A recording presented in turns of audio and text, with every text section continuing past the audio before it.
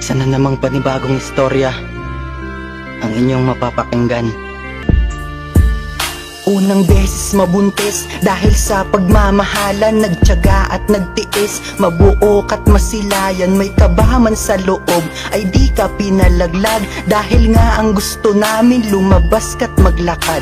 Sobrang saya ni Bes ang kasama ko sa buhay, protektado ka niya, may pag-aalagang tunay. Excited na nga kami na ikaw ay masilayan. Kahit nasa tiyan ka pa, lubos nang iniingatan. Inisipan ka na namin ng maayos na pangalan. Kumpleto na rin sa ninong at mga ninang sa binyagan. Kasado na ngang lahat, pati na nga din sa susuotin. Gaano pa man kabigat tong aming susuungin. Bilisan mong lumabas, sinasabi sa maghapon, inalayan ng lakas. Araw-araw maiahon, mabigat ka man dalhin. Paglabas mo sa aking tiyan, handa kitang patahanin, buong araw man iyakan. Pag minsan sumasakit, dama ko na sa aking tiyan. Para ka sa aming galit, sa sipa mo'y nasasaktan. Heto na sa hospital, oras ng panganganak. Konti lang inalmusal upang maayos ang ganap. Andito na sa puntong ako'y masisisaryan. May kaba na merong halong takot sa aking pagsalang. Tuloy ng operasyon, handa na kaming lahat. Bakit sa aking pagbangon ay walang umiiyak? Ano pong aking anak?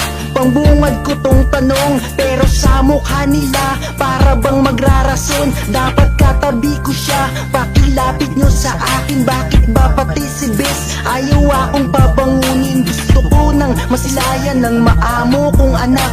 Magpahinga muna ako, yan ang sabi ng lahat. Sana lang lalaki ka, hiling yun ng iyong tatay. Ako unang kakarga pag inuwi ka na sa bahay.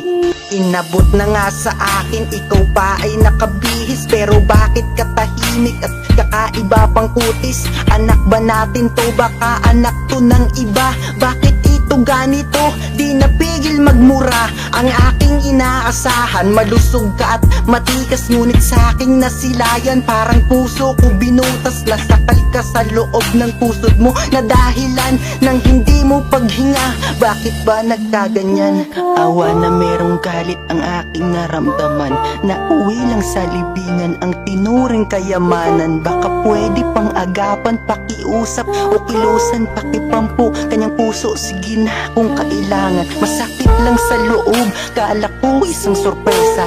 Labag din sa amin to, kay hapdi nang ibinunga. Importante lang anak, gusto ka naming buhayin. Ano ba dun aming laban kung gusto kanyang kuhanin?